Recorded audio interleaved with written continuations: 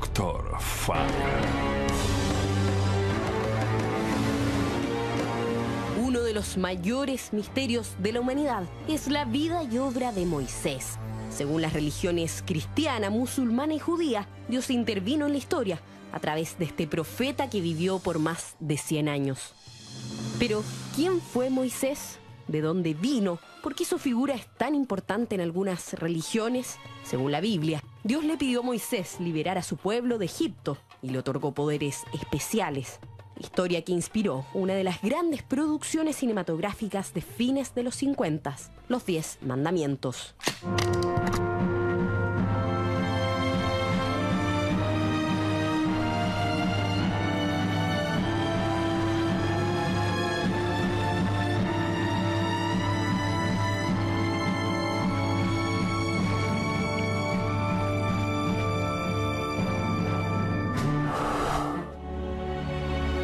El castigo a Egipto con 10 plagas y la separación de las aguas del Mar Rojo para salvar a su pueblo son dos de los milagros que se le atribuyen a este hebreo que fue criado como príncipe. Su existencia sigue siendo una interrogante, pero desperdigados por distintas culturas y en diversos formatos podemos encontrar claves y pistas que nos lleven a una respuesta. ¿Condujo Moisés a los hebreos hacia su tierra prometida? ¿Cómo fue la odisea por el desierto por 40 años? ¿Cómo se gestaron los 10 mandamientos y cuál fue su rol en eso? Esta noche, Dr. File nos contará detalles inéditos de la vida y obra de Moisés, el profeta guiado por Dios.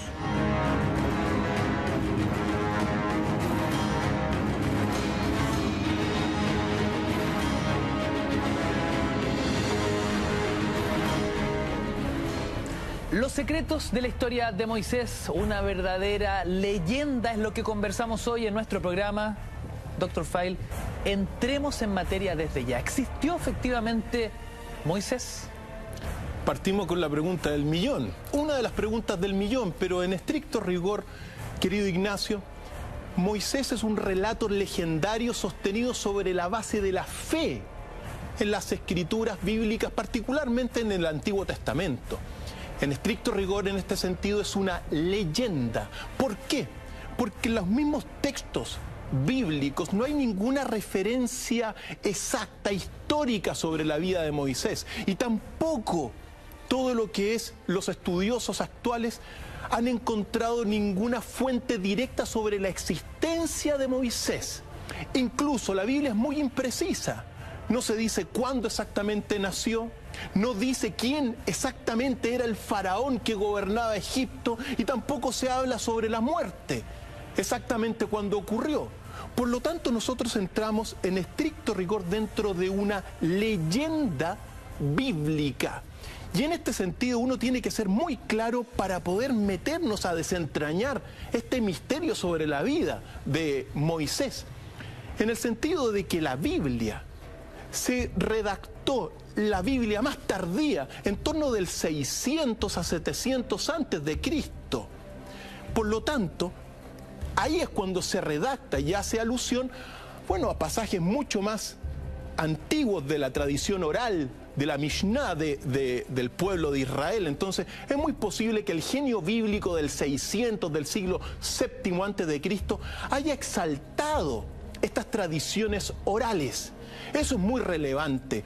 ¿Por qué?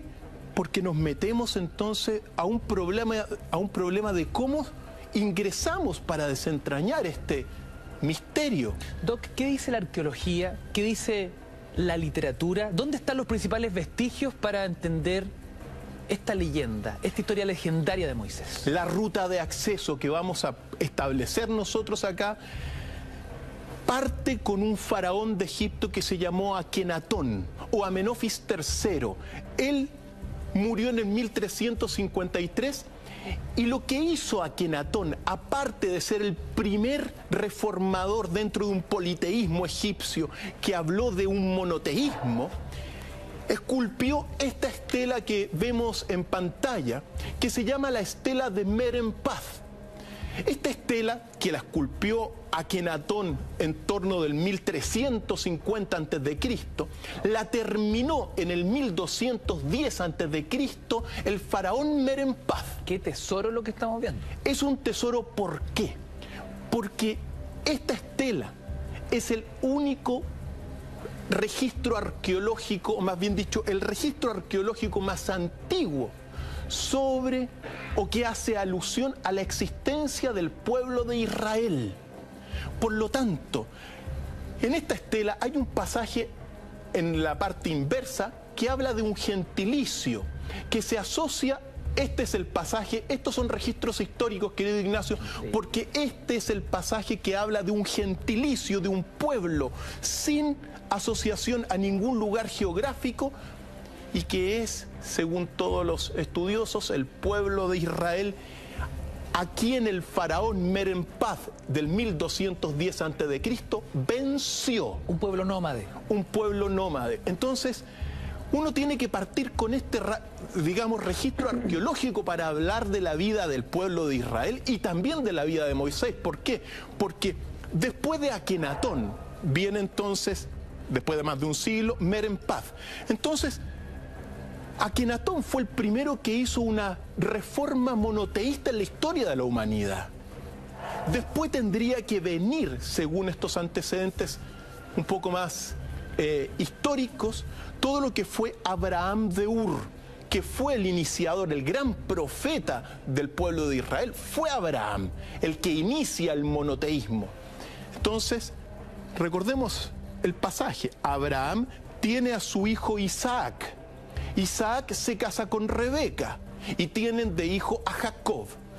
Jacob es el que en fecha indeterminada nuevamente ingresa a Egipto con alrededor de 70 familiares. Dentro de estos familiares aparece un personaje, según los textos, en este caso bíblicos, que se llama Coat. Coat es padre de Amram, y Amram, casado con Lojebet, tienen como hijo a Moisés. Por lo tanto, en este sentido y haciendo esta necesaria descripción, Moisés vendría a ser supuestamente una segunda generación de israelíes nacidos en Egipto. Y es ahí donde comienza la historia. Pero esto es lo que uno tiene que hacer. ¿Por qué? Porque la Biblia, recordémoslo siempre, es una fuente de fe, Ignacio. Es una fuente de sabiduría, de conocimiento, pero no está reconocida como una fuente histórica. Es una, en este sentido, puede tener un 20% de historia y el resto es exaltación producto de la imaginación, muchas veces del genio bíblico. Entonces, aquí es donde comienza la historia bajo nuestro punto de vista. Doc, ¿solo vestigios literarios o la arqueología tiene algo que decir al respecto? Solamente, mira, en este caso, vestigios literarios, lo que vamos a ir viendo a continuación, y la arqueología, la estela de Merenptah que vimos, es un punto de inicio cierto para toda la tradición oral del pueblo de Israel y de todo este legado de Moisés. Muy importante. Por lo tanto, una vez en Egipto, comienza esta tradición que, como recordemos, habla de que Lojebet con Amram tuvieron a Moisés, pero en momentos en que un faraón indeterminado por la historia y que muchos asocian a Ramsés erróneamente, mandó a matar y ahogar a todos los hijos varones nacidos de hebreas. Es en ese escenario donde la tradición, da el nacimiento de Moisés. ¿Por qué los mandó a matar? Bueno, porque eran un pueblo en realidad de esclavos. Ellos aparecen en la historia como un pueblo de servidumbre, ligado al esclavismo, y que el faraón no iba a permitir, o al menos según esto, no iba a permitir que, surgiera con más poder en ese sentido. Por eso la muerte de todos los primogénitos es como se trató en un principio de esta historia al pueblo de Moisés. Entonces, según la tradición, Lojebet, la madre de Moisés, le da de amamantar unos 3 meses y después ya no lo pudo esconder del faraón. En consecuencia, en una cesta de juncos, con barro en su interior y con un betún afuera, lo deja, como todos saben y como toda la tradición sabe, en el Nilo para que el Nilo se lo lleve. Yochebed. Entiendo que este betún logra impermeabilizar de cierta forma esta pequeña nave. Por supuesto que sí. Que va a ir navegando y va a ir escribiendo la historia de este bebé y su futuro. Así es, Ignacio. Recordemos que Yochebed y Amram tenían también a Miriam, que era la hermana mayor de Moisés, de 7 años en el momento del nacimiento de Moisés. También tienen a Aarón, de 3 años, y después viene Moisés. Pues bien, según la tradición bíblica, se le deja por el río Nilo. En un momento dado, Miriam habría seguido donde va la cesta y, según la tradición, lo habría tomado. Aquí está la princesa hija del faraón, pero según la tradición del Corán fue la esposa del faraón de Egipto quien tomó la cesta. Doc, un paréntesis, esto que narrábamos sobre la decisión de mandar a matar a los primogénitos nos recuerda mucho lo que hablábamos en este mismo programa en torno al nacimiento de Jesús, a lo que en algún minuto también hablábamos sobre Krishna. La tradición repite ciertos pasajes que van a ser gatillantes de grandes hechos posteriores. Son arquetipos de alguna forma que se repiten y que en estricto rigor sirven para exaltar la historia de la Biblia. Uno tiene que recordar que el relato legendario en que uno está tiene algo de base histórica, pero es exaltado por la imaginación del escriba bíblico. Eso es la leyenda. Ahora, el protagonista de la leyenda siempre es un ser humano. Es un humano que en ocasiones intercede con los planos del mito y en este sentido con los planos divinos, que es el caso de Moisés también. En torno a su contexto, siendo un sobreviviente, es algo así como el elegido. Es el elegido de alguna forma. Y como ustedes, bueno, como todo el mundo sabe, se lo recoge en este sentido familiares del faraón según esta interpretación, y tiene una vida de príncipe. En palabras bastante sencillas, como un cuento de hadas. Nació como esclavo en la servidumbre, destinado a la muerte, y termina siendo educado por el mismo faraón. Ahora, en todo el imperio egipcio antiguo, habían guarderías, eso es efectivo, habían guarderías dentro del palacio donde no solamente se educaban a los príncipes, sino que también en muchas ocasiones hijos de dignatarios nobles de otras partes de la región. Así que eso es efectivo. Doc, ¿cómo se explica que el faraón que manda a matar a los primogénitos finalmente es el que termina criando a Moisés? ¿Es que nunca se dio cuenta que él era uno de los que él había mandado a eliminar? Lo que sucedió es que al encontrar, según la tradición, al encontrar a este niño en el río Nilo, en esta cesta, bueno, la madre, o sea, bueno, la hija del faraón, o en su eventualidad, la esposa del faraón, se apiadaron, claro, y lo hicieron parte de él. Recordar también que durante 2 años, según todo esto,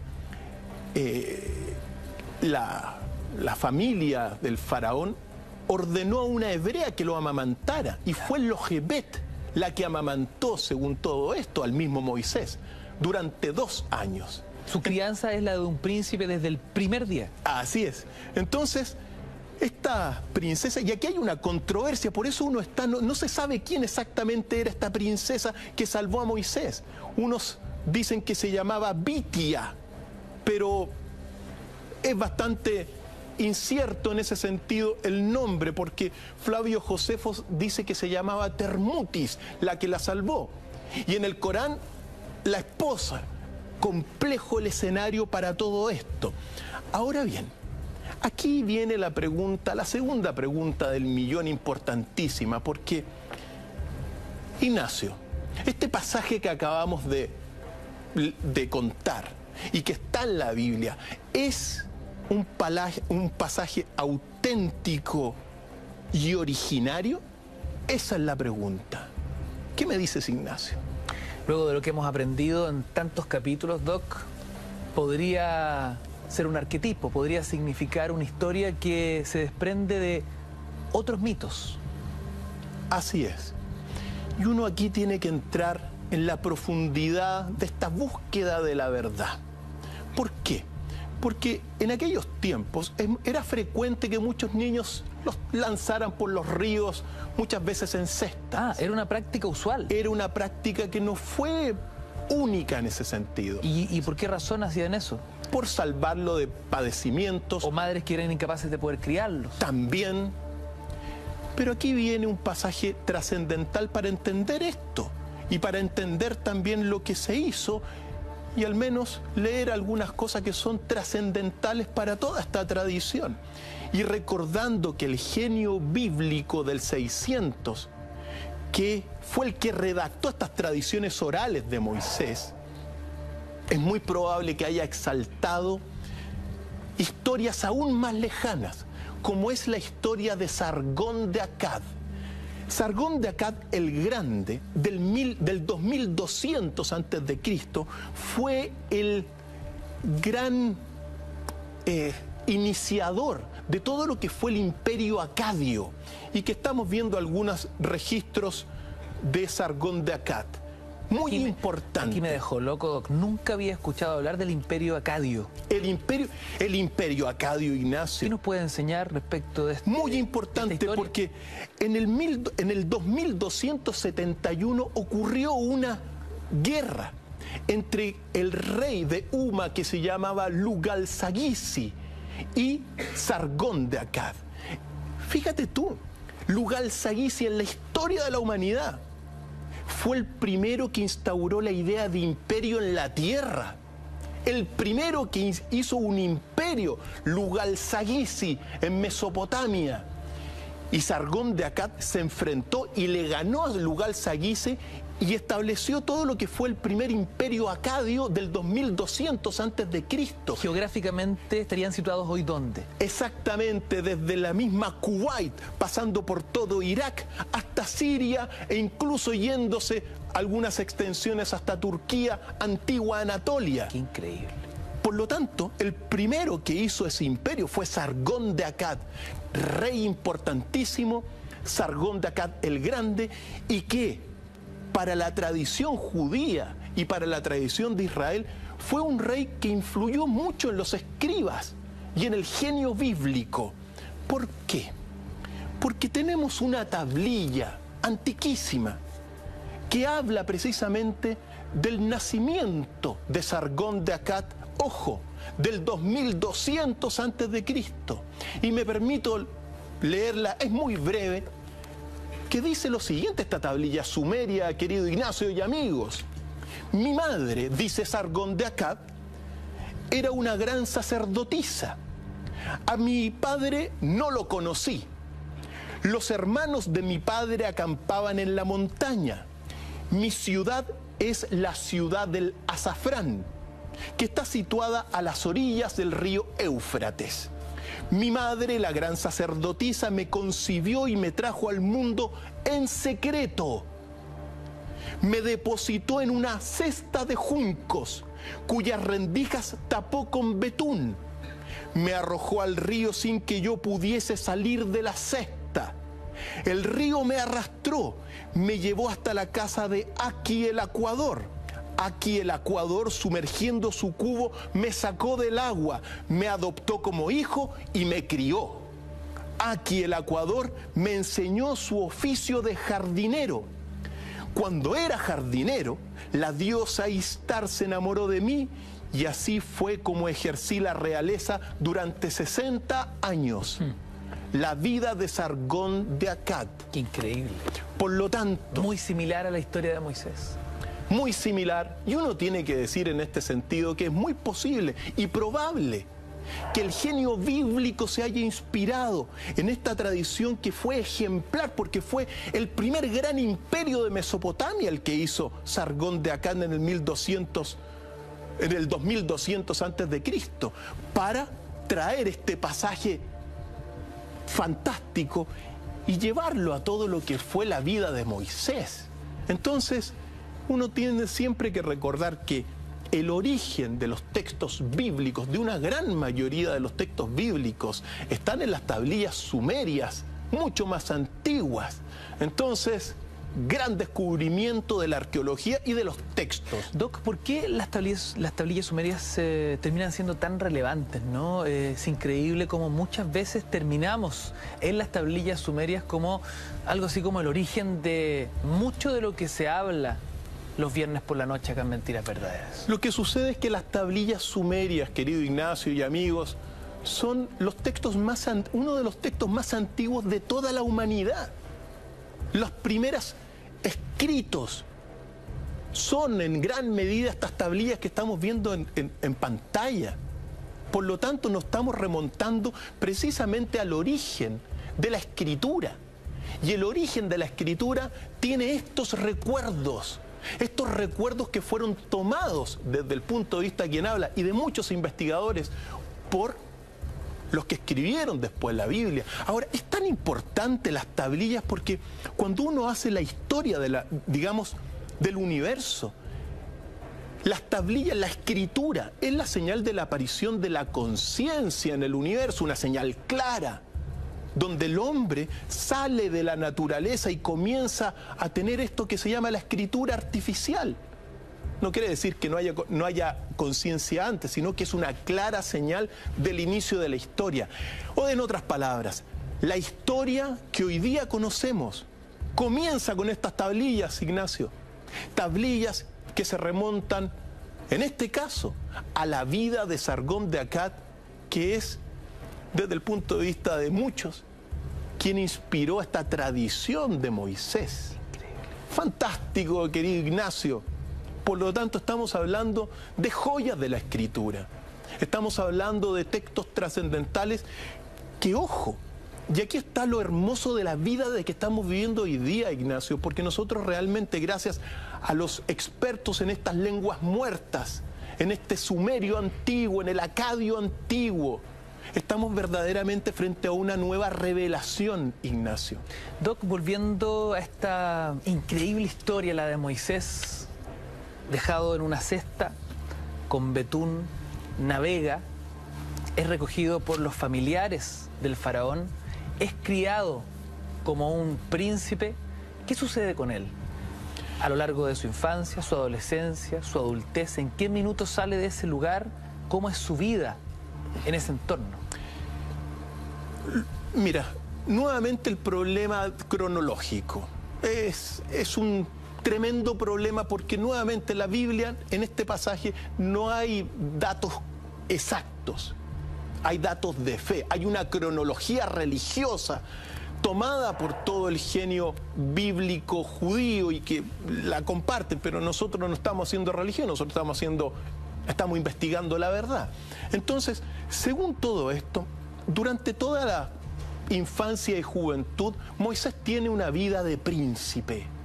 Aprende la sabiduría del pueblo egipcio desde su corazón, que era el palacio faraónico. Pero hay un pasaje que habría ocurrido a eso de los 20 años, ¿ya?, donde Moisés ve maltratar al pueblo de Israel. ¿Qué es el pueblo? Es su raza, es su etnia en ese sentido. Y ocurre un episodio donde, según la tradición, Moisés mató a un capataz que maltrataba al pueblo judío, que trabajaba como esclavo y para la servidumbre. ¿Él siempre supo su origen? Es muy posible que sí, o desde temprana edad haya conocido su origen. ¿Por qué? Porque fue amamantado por su madre con el beneplácito de la faraona en ese sentido. Fue amamantado en este sentido por una misma hebrea, por su propia madre. Entonces, es muy posible que nunca haya estado completamente al margen de su verdadero origen. Por lo tanto, esto es al menos lo que uno puede señalar. No es que se le haya borrado completamente. Estuvo en ese sentido ligado a esta tradición de este pueblo que era el pueblo de Israel. Doc, ¿cómo era el trato de los egipcios, el trato faraónico, ¿no?, con el pueblo de Israel? Mira, entender un poco el contexto de de la fractura que vive Moisés, ¿no? En palabras bastante simples, el pueblo de Israel era un pueblo destinado a la servidumbre y a la esclavitud. Así de simple. Así es como entró, en este sentido, Jacob a Israel, o sea, a Egipto. O sea, la casta más explotada, el último eslabón de la cadena. No era el único, porque habían otros esclavos también, pero el pueblo de Israel, el pueblo hebreo, formó parte de la última clase de todo el pueblo egipcio, en el sentido de que eran esclavos y eran para la servidumbre. Así comienza en gran medida la historia que estamos narrando y que está escrito en la Biblia. E incluso, ¿cómo será la orden del faraón si esto es así?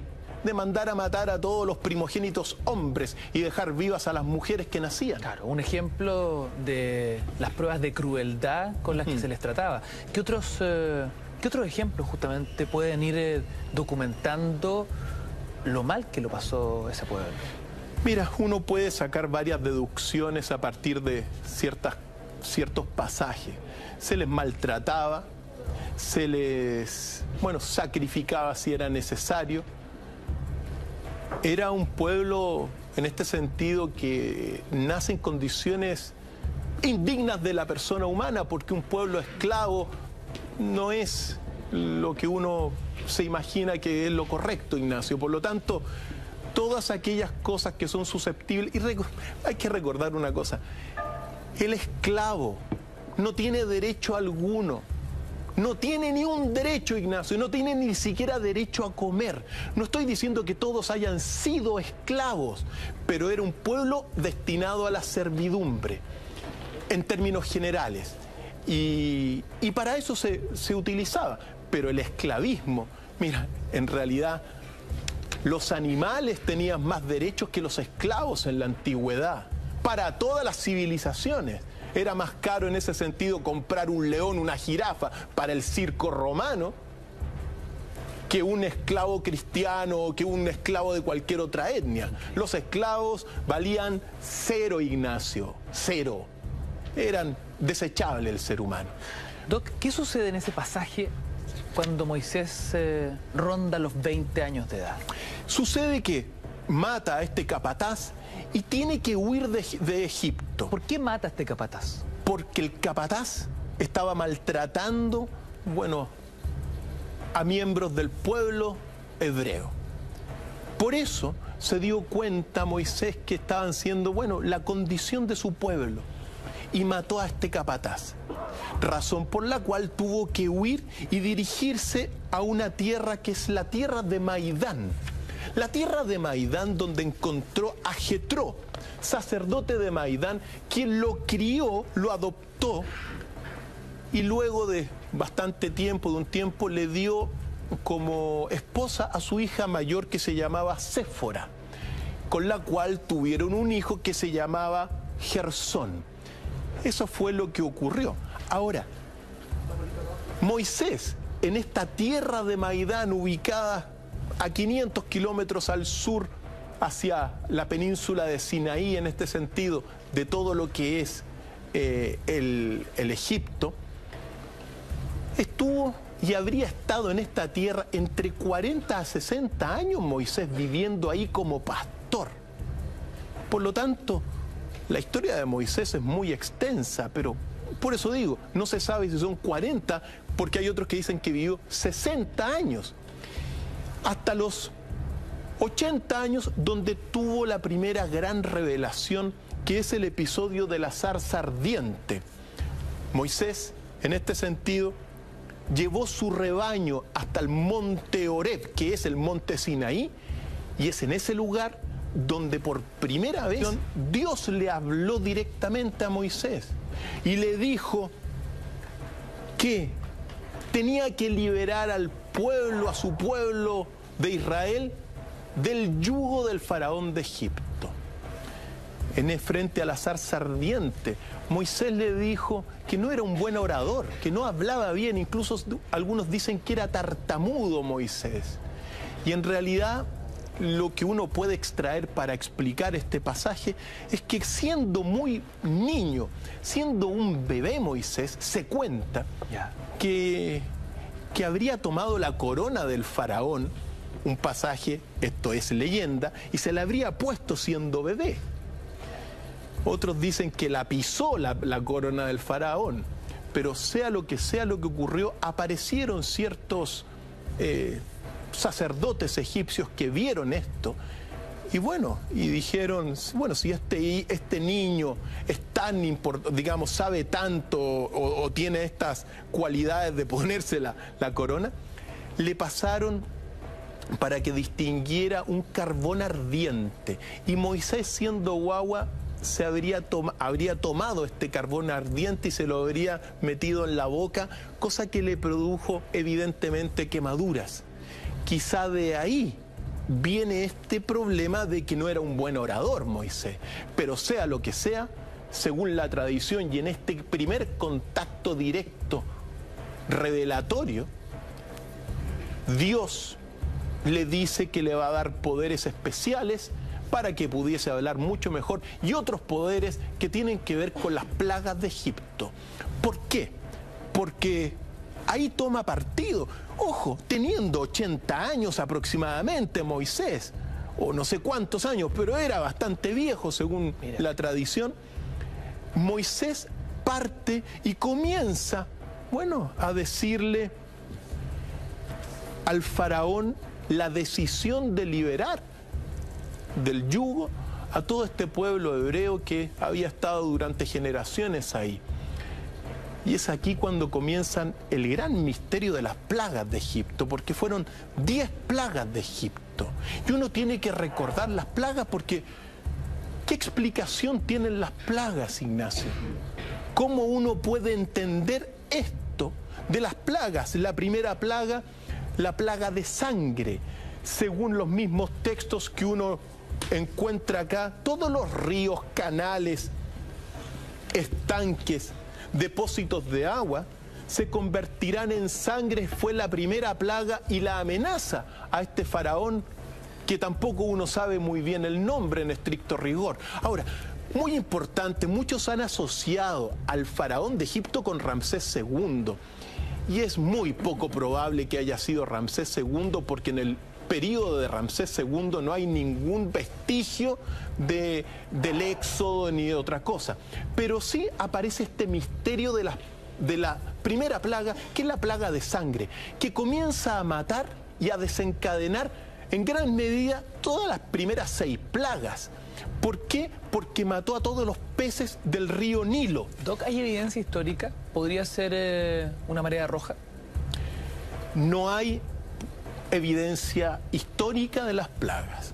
Por eso aquí está la dificultad. Uno tiene, en gran medida, a partir de los datos que uno conoce hoy día, uno tiene que hacer deducciones. Claro. Y muchos otros hacen especulaciones. Porque muchos fenómenos naturales u otros impulsados por la irresponsabilidad del hombre, la explotación de los recursos naturales, vemos hoy en un 2016 lo que en Egipto se consideró como algunas de las plagas. Y eso es efectivo. En muchas partes del mundo hoy día, debido a la contaminación, se ven ríos rojos, ríos de sangre en ese sentido, que están muriendo todos los peces. Pensemos incluso lo que fue aquí la llamada marea roja hace poquito tiempo. Claro. Prácticamente un desastre que mató a los peces. Y ahora ahí viene la situación, porque después la segunda plaga es de ranas, después piojos, moscas, peste sobre el ganado, incluso úlceras. Entonces, cuando uno toma las primeras 5 o 6 plagas, es muy posible que a partir de una contaminación del río Nilo, que mató a los peces, se hayan ido desencadenando el resto de plagas. Es posible, pero incierto, Ignacio. ¿En qué sentido, Doc? ¿Cómo podemos ir hilando esa cadena de hechos fatales? Primero, la putrefacción. La putrefacción de los peces es, digamos, el primer detonante de todo lo que van a ser enfermedades y padecimientos posteriores. Eso es muy posible también que haya detonado la aparición de ranas. ranas que muchas veces conviven mucho mejor con estos desperdicios en ocasiones. Pero al mismo tiempo salen piojos. Incluso, mira, hay algunos digamos, recuerdos de episodios similares que ocurrieron en Estados Unidos. Un río también contaminado que mató a los peces y que prácticamente fue desencadenando hace poco tiempo, pocos años, una serie de plagas bíblicas. Entonces, hay una correlación entre las primeras plagas. Hay cierta lógica. Hay cierta lógica para alguien que conocía bien de la naturaleza también. Claro. Entonces, ahora, según la tradición, estas plagas fueron enviadas por Dios a través de Moisés, pero fue Dios, en este sentido Yahvé, el que los mandó para que el faraón reaccionara. Pero no reaccionó en gran medida. Todo el territorio, cuando uno va leyendo los pasajes, extiende la vara y golpea el polvo en la tierra, todo se convertirá en piojos, lo dice Moisés, y aparecen piojos por todas partes, Ignacio.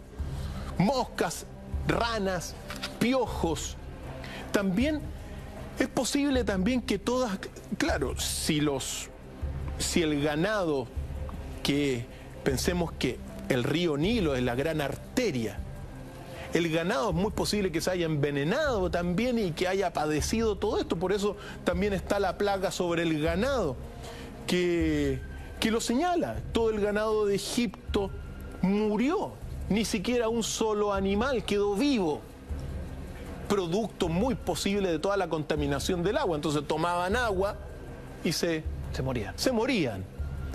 Por lo tanto, hay una correlación, pero todo esto, todos los pasajes son relacionados siempre con el poder de Yahvé.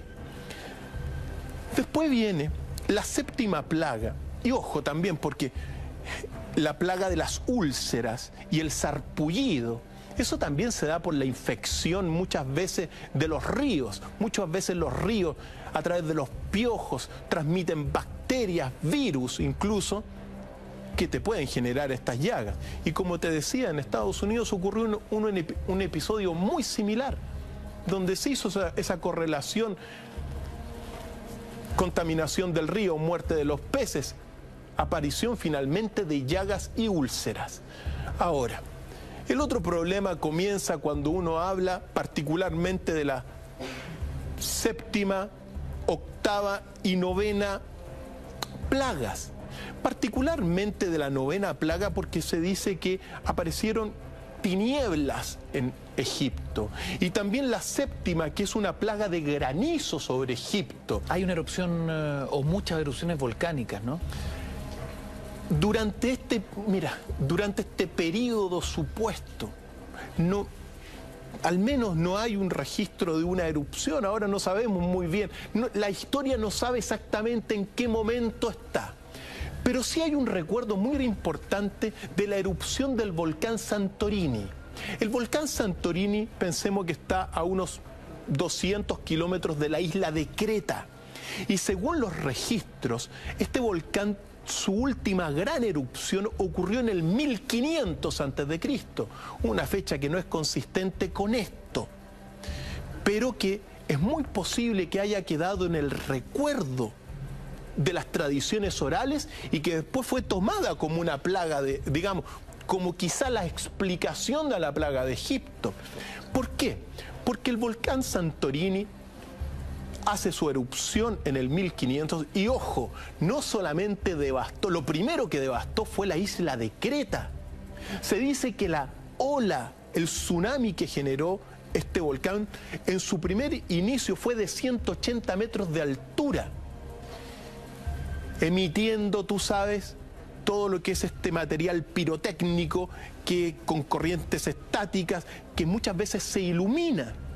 Entonces es posible que este volcán, o al menos el recuerdo de este volcán, de esta erupción, haya inspirado estas plagas, porque es posible que se haya movido la nube contaminante directamente hacia Egipto y haya tapado todo el cielo, por lo tanto tinieblas y oscuridad, Bueno, cuando te tapa una nube a 40 kilómetros de altura, que puede ser la nube de este volcán, es posible que haya inspirado este pasaje, esta plaga de tinieblas. E incluso muchas veces también es posible que todo este material suspendido a 40 kilómetros de altura, 30 kilómetros de altura, haya generado también granizo. Pero son las plagas que, según todo esto, se envía sobre el faraón y sobre todos estos, bueno, sobre este pueblo egipcio. Doc, ¿qué podemos acotar en torno a la 10ª plaga? Quizás la más brutal, la más descarnada de todas.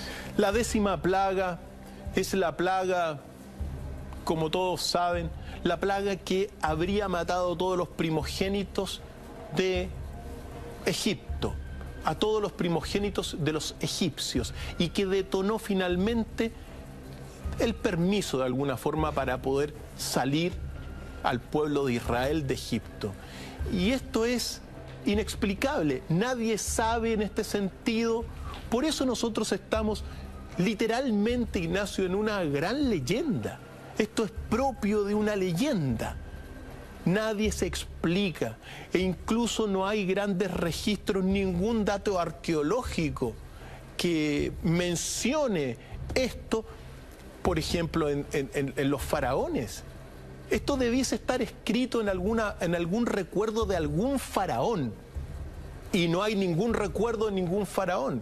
Y recordemos que, bueno, al menos los faraones que nosotros estamos hablando, Merenptah, 1210, fundamental, no hay recuerdo de eso. Merenptah le ganó, en este sentido, dominó en una batalla al pueblo de Israel. Entonces, no hay cómo saberlo, Ignacio. Pero fue la más devastadora. ¿El pueblo hebreo en algún minuto deja de ser esclavo en algún minuto del pueblo egipcio? ¿Es real el éxodo, doctor File? El éxodo... Mira, Ignacio, sobre el éxodo, uno se dice, aquí hay otro gran problema, que es el problema de las cifras. Algunos dicen, mira, las cifras del pueblo que, digamos, fue partícipe del éxodo van desde 25.000 hebreos hasta 2 millones de hebreos. Cuando uno habla de que 2 millones de hebreos salieron de Egipto, guiados por Moisés, no es verosímil. ¿Por qué? Porque si uno recuerda el ejército egipcio habrá tenido unos 30.000 a 40.000 hombres.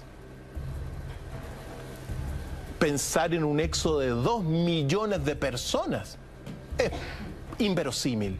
Algunos hablan de 600.000. Bueno, complejo. Otros hablan incluso que fueron 25.000, porque se habla de clanes. Y aquí es donde uno puede remontarse a este problema del éxodo, porque para la tradición judía el éxodo existió, pero no hay ninguna fuente que hable del éxodo histórica en este sentido. Afortunadamente, tenemos una declaración que es de un gran experto, que es un editor de la Biblical Review, que nos habla de todo bueno, de la tradición del éxodo, para que uno sepa que en realidad es posible que no haya habido un éxodo, sino que es posible que hayan habido varios éxodos pequeños en la historia de Israel.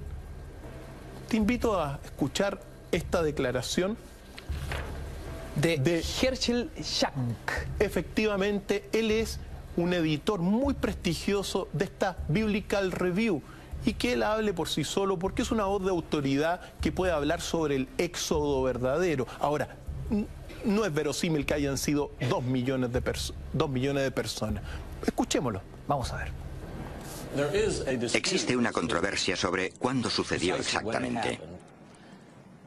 Pero también existe la teoría de que podría haber habido muchos éxodos, muchas salidas de Egipto de grupos de esclavos, que se unieron como israelitas. Sabemos que había migraciones de uno a otro lado, y quizá la más destacada fue la del grupo de Moisés. A veces la gente dice, pero ¿y la prueba de que Moisés existiera? No tenemos pruebas directas de la existencia de Moisés, pero sabemos que cuando se fueron los israelitas, debían de tener algún tipo de líder. Si no se llamaba Moisés, tendría otro nombre. Increíbles declaraciones, claro, buscando piezas en lo verosímil, en la historia, en la verdad, en torno a este conocimiento legendario. ¿Se sabe cuál era el nivel o el número más bien de esclavitud de este pueblo en aquella época? Ignacio, deben haber sido muchos, pero me cuesta pensar que en ese momento hayan habido 2 millones de hebreos. Tras Moisés, digamos. Claro, cuesta. Por eso te digo que, y volver a insistir. Ahora, es sorprendente una cosa sobre esta reflexión, Ignacio. Fíjate tú que en el fondo estamos en un relato legendario, en una leyenda que se ha establecido como base de toda una tradición monoteísta de miles de millones de personas. Entonces, fíjate tú que a partir de una creencia donde no hay registros directos, se ha construido una civilización entera. Ah, una locura. Es una locura. Y ahí te das cuenta del poder de las creencias, porque las creencias son irracionales muchas veces.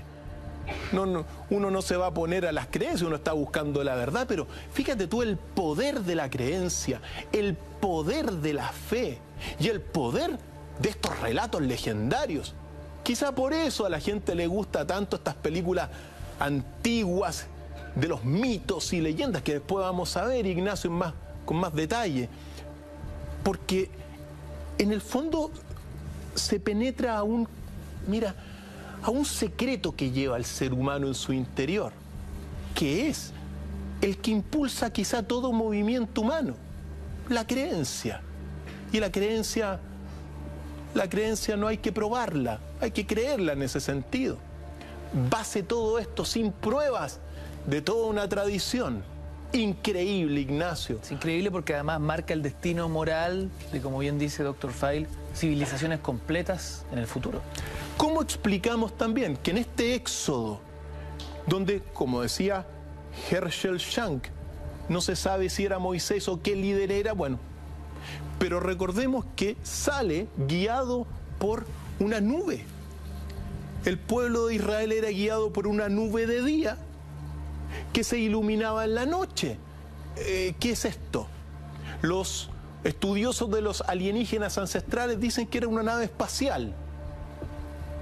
Pero también, si uno toma el recuerdo del volcán Santorini, bueno, es posible que haya sido una nube de día y en la noche con toda la estática que tienes ahí iluminado.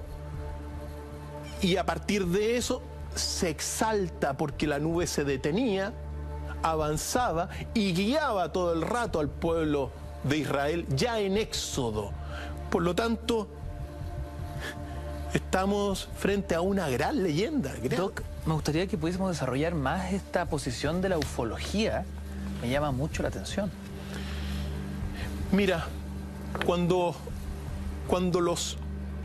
uno se remonta a la antigüedad, uno sabe, y lo hemos leído más de alguna vez, que los dioses de la antigüedad tenían una presencia física en la tierra, que tenían barcos volantes, que venían de las estrellas, muchas veces relacionada con estas grandes pirámides que vimos la semana pasada. Pero no eran dioses etéreos, eran dioses de carne y hueso. La tradición, siempre es muy bueno recordar nuevamente las tablillas sumerias, pero eran dioses de carne y hueso, más altos, con mucha más fuerza física, con poderes sobrenaturales. Gozaban de la inmortalidad y del cuerpo de estos dioses irradiaba un aura de esplendor que infligía miedo en los humanos. Estos fueron los dioses que crearon a la humanidad según las antiguas tablillas. Entonces, cuando uno dice bueno, ¿en qué andaban los digamos, los alienígenas ancestrales, los investigadores de esta área ufológica ancestral? Dicen que en realidad no era una nube, sino que era una nave espacial de uno de estos dioses, que en este caso era Yahvé. Y Yahvé dirigía al pueblo de Egipto, al pueblo de Israel, para liberarlo y bueno, y para los fines que le habría otorgado, bueno, para el destino de la humanidad también, porque le entrega un mensaje. Es el pueblo elegido por Yahvé y le entrega una serie de normas increíbles. ¿Por qué razón los alienígenas ancestrales, entendiendo y tratando de entender este relato, ¿no?, vendrían en ese momento histórico? Mira, la respuesta quizá es una deducción que uno puede sacar. ¿Por qué?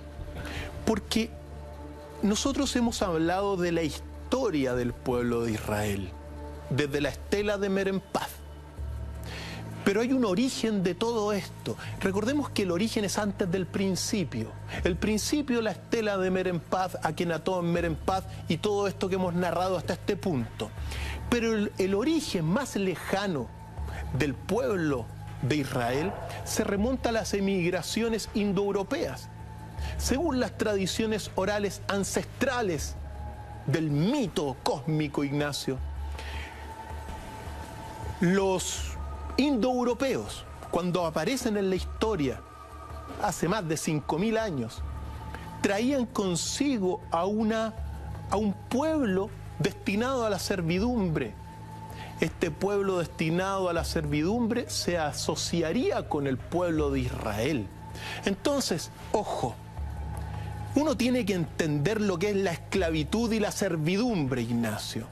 Porque si es que la historia comienza con todos los indoeuropeos siendo, bueno, grandes constructores de civilizaciones, grandes esplendores, pero traían consigo a un pueblo destinado a la esclavitud y a la servidumbre, asociado con el pueblo de Israel, quizá la explicación es que un Dios de arriba se preocupó de ese pueblo y le entregaría conocimientos avanzados para que dejara de ser esclavo y servil.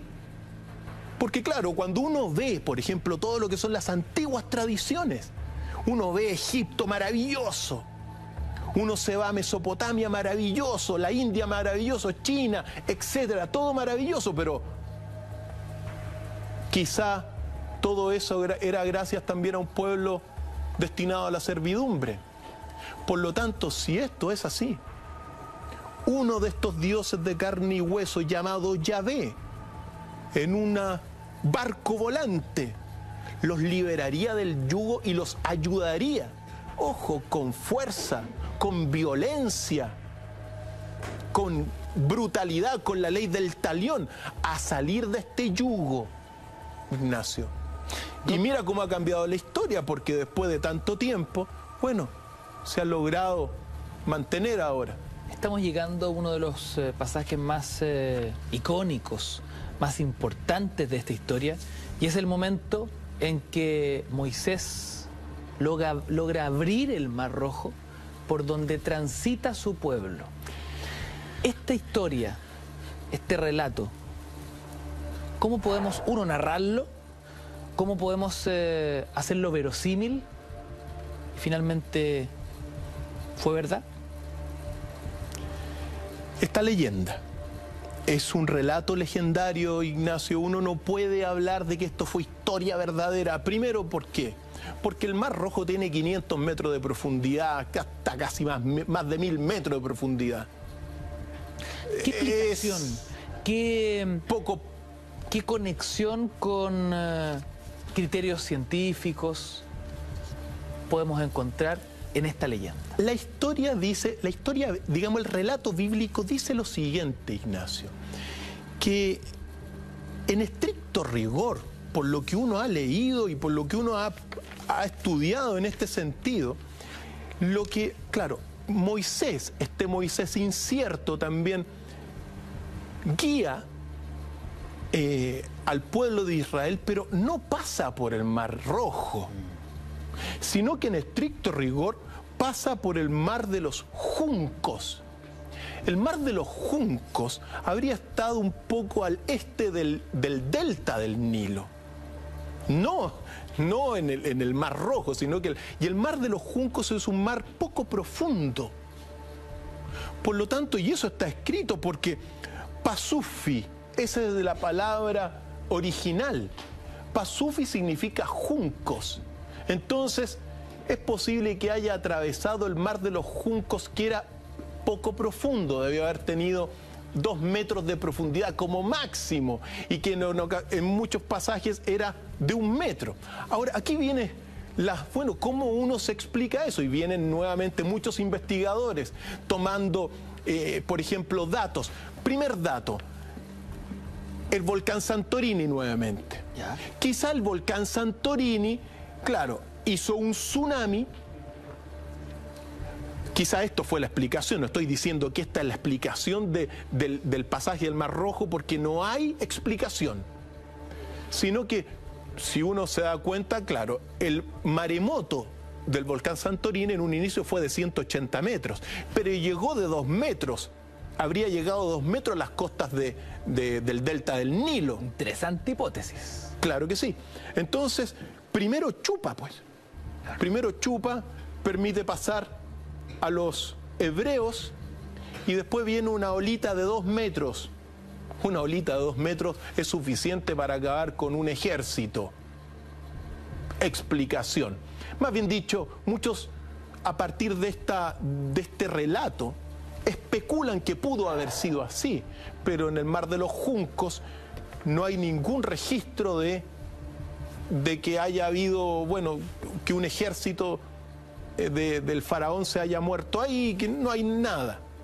Otra explicación es que un viento de 100 kilómetros por hora, esta es una de las últimas explicaciones, es posible que un viento de 100 kilómetros por hora abra este Mar de los Juncos, que es poco profundo. Modificó el curso de las aguas. Así es. Entonces también es posible, pero nadie sabe si en realidad eso fue lo que ocurrió. Por lo tanto, el pasaje digamos, de los mares es, en realidad, de esta apertura del Mar Rojo, es también una parte de una gran leyenda. Ahora, hay un investigador que se llama Abdel Mohamed Gader, que hace muy poco tiempo, él es miembro de la Facultad de Arqueología de la Universidad del Cairo, habría descubierto en el Mar Rojo muchos restos de armaduras de egipcios antiguos. Entonces muchos toman y dicen, no, pero si aquí está efectivamente los restos de este ejército que cayó en el mar. Pero eso está totalmente en discusión hoy en día. Entonces, ¿qué es lo que sucede? Hoy día, debido a que las religiones en general son dogmáticas, lo único que hacen es buscar cualquier antecedente para probar que estas historias son reales. Yo digo, ¿por qué no partimos al revés? Muchas veces, ¿por qué no asumimos que estos relatos son legendarios? Y a partir de estos relatos legendarios extraemos qué hay de verdad, claro, en vez de estar buscando todo para afirmar esto que es una historia de fantasía. Es fantástica, Ignacio, está exaltada por la imaginación, porque esto no se... como un mar de 500 metros de profundidad se abre. Imposible, Ignacio. Entonces, mejor partir de la leyenda, y a partir de la leyenda vamos extrayendo quizá esos elementos que son fundamentales.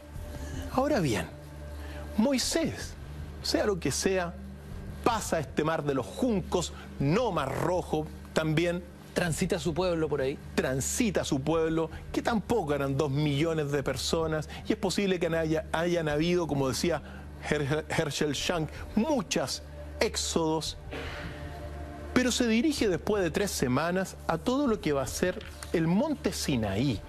Y en el pasaje del monte Sinaí vamos a llegar al corazón de la base moral del monoteísmo en la tierra. Este monoteísmo, me refiero al monoteísmo judío, cristiano y musulmán. ¿Por qué? Porque si todo esto es así, después de estos 3 meses, Moisés llega a este monte y lo sube. Doc, antes de subir el monte, me gustaría retroceder para concentrarnos en el punto de tránsito de Moisés y su pueblo, porque en este ejercicio, que me parece sumamente interesante, y creo que para nuestros amigos en casa también, desde la leyenda, desde la fantasía, buscar retazos en la ciencia, en la realidad, en la naturaleza, por donde efectivamente pudo haber sucedido alguno de estos hechos. Entiendo, hay un video de apoyo explicativo de una universidad norteamericana que nos da algunas luces en torno a todo lo que estamos discutiendo hoy.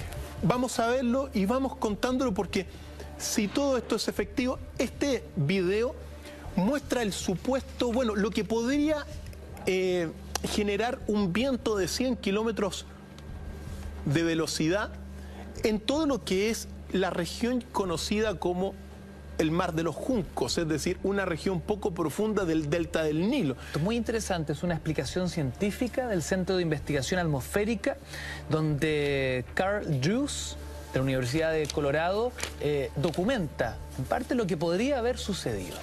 Así es.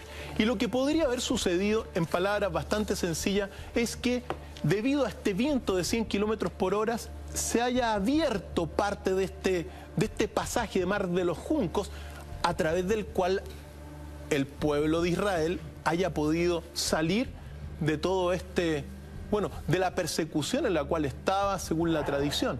Entonces, este video, ahora, ¿qué es lo que sucede con este video? Estos son explicaciones. Claro.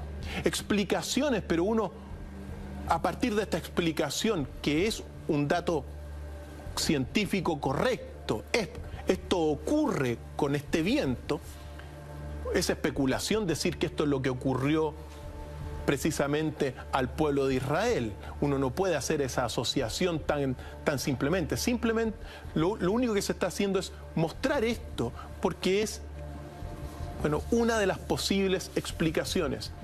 Posible pero incierto, no se sabe en estricto rigor qué ocurrió, pero al menos los estudiosos han hecho estos avances. Después de este pasaje, se llega finalmente al monte Sinaí, que era donde va a ocurrir algo trascendental para la historia moral de todas estas civilizaciones monoteístas. Judíos, cristianos, musulmanes. Así es, porque todos saben que Moisés sube el monte Sinaí y Yahvé le dicta las tablas de la ley. Las tablas de la ley son los 10 mandamientos, la base moral del cristianismo, del mundo del Islam también. Mandamientos con los que rige nuestra sociedad hasta el día de hoy, digamos. Eso es muy relativo, Ignacio. Eso es muy relativo, Ignacio. Que rigen. Ahora que los cumplamos, Doc, eso sí que es muy relativo. Es muy relativo porque, mira, si uno comienza en realidad a darse cuenta de las bases morales que se sentaron en ese monte Sinaí, los 10 mandamientos, amar a Dios sobre todas las cosas, y los otros 9, en realidad, mira, es verdad que hay personas que lo practican, pero si uno habla de la civilización cristiana, no lo practica, Ignacio. El único mandamiento que esta civilización practica es santificar las fiestas. Para eso es bueno esta civilización. Donde hay un feriado, fiesta, asado, pasémosla bien. Pero en estricto rigor, cuando uno comienza a amar a Dios sobre todas las cosas, hay una confusión sobre lo que es Dios hoy en día, porque la gente piensa que si uno se gana la polla gol, quiere decir que Dios está con uno. Falso. Dios, si uno se parece a Dios, es porque tiene virtudes, porque tiene sabiduría, porque tiene conocimiento e inteligencia, tiene la virtud de la prudencia, de la fortaleza, de la justicia. En eso te pareces a Dios. Entonces, en realidad, ama a Dios. Dudo de que hoy día hay un ateísmo generalizado. Doc, ¿qué dice la leyenda en el momento mismo en que Moisés recibe las tablas, recibe los 10 mandamientos, recibe estas bases morales de toda nuestra cultura. Vuelve, baja, se las lleva al pueblo que lo esperaba en las faldas del monte Sinaí. Ojo, el monte Sinaí, según la tradición, tapado por una nube, que era la nube donde estaba Yahvé. Baja y el pueblo de Israel estaba en este sentido venerando al becerro de oro. Producto de lo cual, ¿qué es lo que sucedió? Lo que sucedió fue que, según todo este relato legendario, Moisés rompió las tablas de la ley y de paso pasó por la espada a 3000 hebreos debido a que habían venerado al becerro de oro. Esta práctica, es decir, de matar unos cuantos miembros del mismo pueblo, se practicó más de una vez. Pero eso es lo que ocurrió cuando bajó Moisés, así que rompió las tablas y según la tradición 3000 hebreos pasaron por la espada debido a que veneraron al becerro de oro. ¿Cómo es posible que recibe las tablas e inmediatamente incumple uno de los mandamientos, mandando a matar a muchos de los suyos? Lo que pasa es que son las órdenes ahí de Yahvé. Recordemos que no solamente Yahvé da las 10 tablas, sino que da una serie de normas civilizatorias de un pueblo. Y esto es muy relevante porque piensa en el contexto real. El contexto real es que hay un pueblo de Israel politeísta, idólatra, propio de las servidumbres y del yugo egipcio. Bastante ignorante obviamente, nadie leía ni escribía, el único que leía y escribía era Moisés, uno que leía y escribía. Es un pueblo muy influenciable, muy vulnerado a la vez. Y en este sentido, ¿cómo tú vas a controlar a un pueblo así? Si se lo pides por la buena no te hacen caso, Ignacio. Hay que pedírselo por la mano dura, como suele suceder. Y eso es lo que aplica Moisés. Aplica eso. Y en este sentido también, o sea, muchas de las leyes son bastante duras para el mismo pueblo de Israel. ¿Para qué? Para que obedeciera a este nuevo Dios. Ahora, ojo, piensa tú, están debajo del monte de Sinaí y ponen otro Dios, al becerro de oro. Oiga, Doc, pero ¿cómo es posible que recibe las tablas e inmediatamente las rompe? ¿Existe algún tipo de vestigio arqueológico en torno a estas tablas de la ley? No, ninguno, Ignacio. No hay ninguno más que la Mishnah. La Mishnah es la tradición oral del pueblo judío. Esa tradición oral es de la que después la toma los escribas del 600 antes de Cristo y redactan el Antiguo Testamento o la Torá. Ahora, es tan importante la Torá porque la Torá, mira, el judío que se quiere salvar es súper simple. Tiene que cumplir la Torá. Así se acabó el tema. Y en este sentido, la Torá es ojo por ojo. Hay muchas leyes, el ojo por ojo, diente por diente. Eso es, la ley del talión está establecida. La cumplen hasta el día de hoy. Cosa seria. Cosa seria. Pero así es como se ha establecido, porque la salvación del alma en gran medida de un judío es respetar la ley. Doc, ¿cuál es la explicación por la cual Moisés, en un momento de ira, de descontrol, rompe las tablas? Las destruye por completo. La rompe, ¿por qué? La rompe porque estaban venerando a un Dios falso. Porque el verdadero Dios para el pueblo de Israel es Yahvé. Y que le estaba comunicando estas cosas. Ahora, aquí viene, en este sentido, la tercera pregunta del millón de este episodio, Ignacio. Porque cuando uno se tiene que preguntar necesariamente, ¿es originaria estas tablas de la ley, estos mandamientos, son auténticos? ¿Cuál es la base de estos mismos mandamientos escritos en la Biblia? Y aquí está lo que uno tiene que señalar, porque en gran medida todos los mandamientos que uno tiene en la Biblia, ¿de dónde surgieron? ¿Ya estaban escritos antes, Doc? Desde mi punto de vista, sí. ¿Ya regían moralmente a otros pueblos? Desde mi punto de vista, sí. ¿Y dónde específicamente?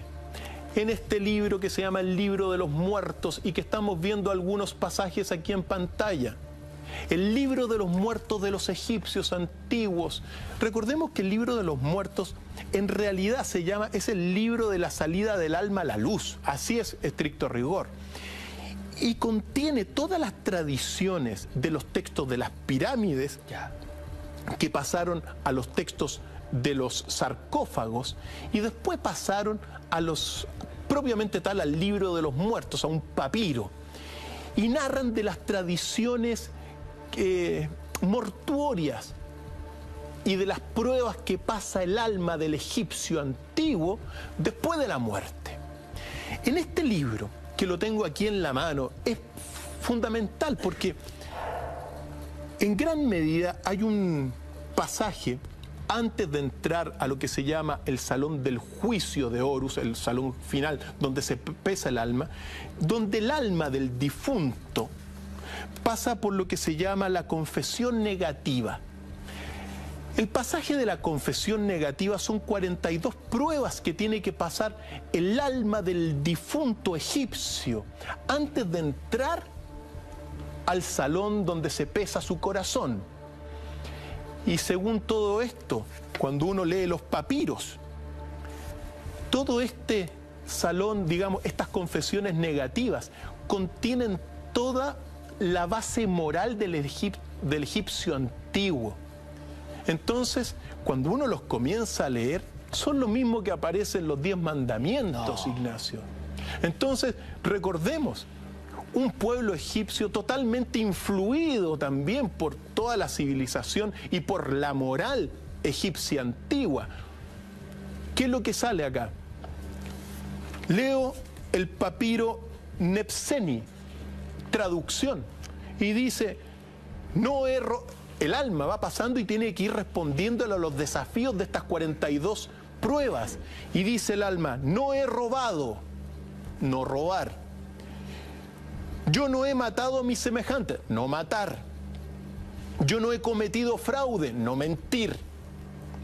Yo no he sustraído lo que pertenecía a los dioses. Yo no he mentido, textualmente lo dice el Libro de los Muertos. Yo no he difamado. Son los mandamientos sintetizados, son estas 42 negaciones sintetizadas en 10. Yo no he sido agresivo, yo no he escuchado tras las puertas, yo no he pecado jamás por exceso de palabra, yo jamás he pronunciado maldiciones, no blasfemar, no decir malas palabras.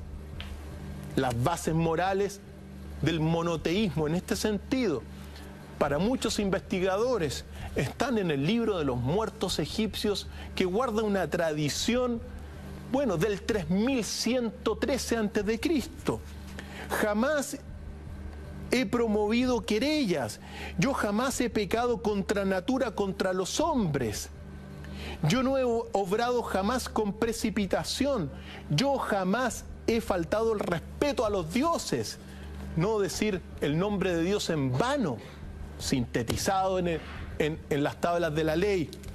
Jamás mis palabras han sido altaneras, yo no he sido nunca impertinente ni insolente. Libro de los Muertos. Yo no he enriquecido de modo ilícito, no he robado. Yo a los dioses de mi ciudad jamás he desdeñado. Por lo tanto, estamos observando que cuando uno analiza y lee el Libro de los Muertos en su capítulo de las 42 negaciones, las 42 negaciones, es tan importante este pasaje en el Egipto antiguo porque nos muestra cómo eran los egipcios antiguos. La ética que tenían, la moral que tenían, y en este sentido es posible y probable que esto haya influido evidentemente en la base de los 10 mandamientos, Ignacio, que después lo tomó. Ahora, si uno habla de lo que se llama la moral natural, los 10 mandamientos, al igual que es el Libro de los Muertos, es algo natural en este sentido. Es el sentido común. Es el sentido común. De cómo debiese convivir cualquier sociedad. Así es. Cualquier ser humano con su prójimo. Así es. Ahora, como sea, Doc, este es el único programa en la televisión donde hashtag leemos papiros del antiguo Egipto. Así es, Ignacio. Quería destacarlo, aunque fuese un segundo. Y tablillas sumerias del 2200 a.C., hoy día en nuestro episodio. Por lo tanto, ¿qué es lo que observamos acá? Observamos, mira, en realidad gracias a estas traducciones, desde el punto de vista de quien habla, una verdadera sabiduría ancestral, que fue canalizada en este sentido por el genio bíblico y que sirve, ojo, la base moral, los 10 mandamientos, sirven para civilizar a un mundo, no solamente al pueblo de Israel, sino que también a un mundo cristiano, que es un mundo que yo no sé si ha... mira, ya dije que ya no respetan ni siquiera las bases morales. O sea, ¿cómo tú haces que no roben? ¿Cómo tú haces que no maldigan? Que no deseen la mujer del prójimo. O sea, estamos en un mundo en realidad donde estas bases morales se cumplen muy poco y por pocas personas. Patas para arriba, Doc. El mundo al revés. Como sea, esta es una tremenda, tremenda revelación. Ahora, parte de lo que ocurrió en ese monte Sinaí, muy relevante, también Moisés recibió las indicaciones para construir el Arca de la Alianza. ¿Qué fue el Arca de la Alianza? El Arca de la Alianza, mira, es otro gran enigma. Y el tabernáculo, el lugar donde se depositaba, eso fue lo que... El Arca de la Alianza era un arca que de alguna forma permitía comunicarse Yahvé con Moisés, y que según las tradiciones, bueno, fue causante de muchísimas muertes también. El río Jordán, el Arca de la Alianza, al pasar lo habría abierto. ¿Cómo ocurrió eso? Es bastante, bueno, es parte de todo este relato legendario. Ahora, cuando uno transcurre desde este pasaje donde Yahvé le dice cómo construir el Arca de la Alianza, le da los datos y las medidas exactas, y el tabernáculo, recordemos que el éxodo dura 40 años. Durante 40 años estuvieron vagando, según esta tradición, Moisés con este pueblo hebreo, hasta que llega a la tierra prometida. La tierra prometida, mira, Yahvé se enojó con Moisés y le prohibió entrar a la tierra prometida, a él y a muchos que lo seguían, y solamente iba a entrar Josué. ¿Por qué esto es relevante? Porque en el último pasaje de la vida de Moisés, incierto día, incierta fecha, Moisés está en el monte Nebo, y del monte Nebo, que está frente, digamos, a todo lo que es el territorio actual de Israel, se podía observar, según esta tradición, la tierra prometida. Pero Yahvé se enojó con Moisés, debido a que en una ocasión Moisés se atribuyó el mismo un milagro, que en realidad era un milagro de Yahvé. Entonces Yahvé se enojó y le dijo: tú no entrarás a la tierra prometida. ¿Se empezó a arrancar con los tarros, Moisés? De alguna forma... Es muy chileno, digamos. De alguna forma, bueno, y ese es el desenlace. Una especie de castigo contra este gran legislador. Porque cuando uno habla de Moisés, para el pueblo judío es un profeta. Pero para quien habla más que profeta es el gran legislador de todos los tiempos, de toda una tradición. Más que profeta, legislador. Gran profeta, Abraham. Pero legislador fue Moisés. ¿Qué pasa con este exilio? ¿Qué pasa con Moisés? Moisés muere en el monte Nebo, según la tradición. No se sabe cuándo, no se sabe en qué momento exacto, pero solamente le dice: vosotros, Dios le habla y está escrito, vosotros no entraréis en la tierra exceptuando Caleb, hijo de Jefone, y Josué, hijo de Nun. El resto prácticamente no va a entrar. Obviamente muchos, pero Moisés no. Y es en el monte Nebo donde finalmente muere Moisés. Por lo tanto, ¿qué edad tenía? Tampoco se sabe. Algunos dicen que tenía en el momento de su muerte 120 años. No se sabe. Por lo tanto, cuando nos metemos en esto, uno tiene que decir que la vida de Moisés es propiamente tal una leyenda que tiene datos históricos inciertos, porque así son las leyendas, pero que es muy probable y posible que haya sido exaltada por el genio de los escribas. Eso es así. También no existe no existe ninguna fuente directa de la existencia de Moisés, que eso es propio también de las figuras legendarias. Por lo tanto, es muy importante, más que ver toda esta tradición para nosotros desde el punto de vista de una verdad histórica al pie de las letras, observar todo esto como una gran enseñanza, como un gran relato legendario que está fundamentado en la fe, pero que también fue exaltado por el tiempo y por las tradiciones de siglos y siglos. Relevante, Ignacio, darnos cuenta también cómo toda una tradición monoteísta de millones de personas, de miles de millones de personas, se ha fundamentado en un relato que tiene más de fe que de historia. Eso es muy relevante para conocer el poder que tiene la fe, Ignacio. El poder de la fe es enorme, a tal grado que las bases morales están fundamentadas así en toda nuestra cultura. Doc, ha sido un relato verdaderamente revelador.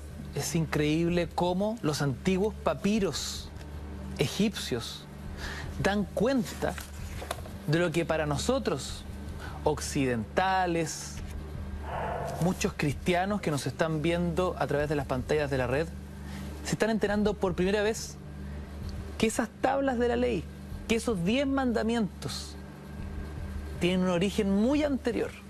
Esto es muy impresionante y lo dije, hashtag, somos el único programa de la televisión chilena que lee traducciones de papiros del Antiguo Egipto. El único programa de la televisión chilena que lee traducciones de papiros del Antiguo Egipto.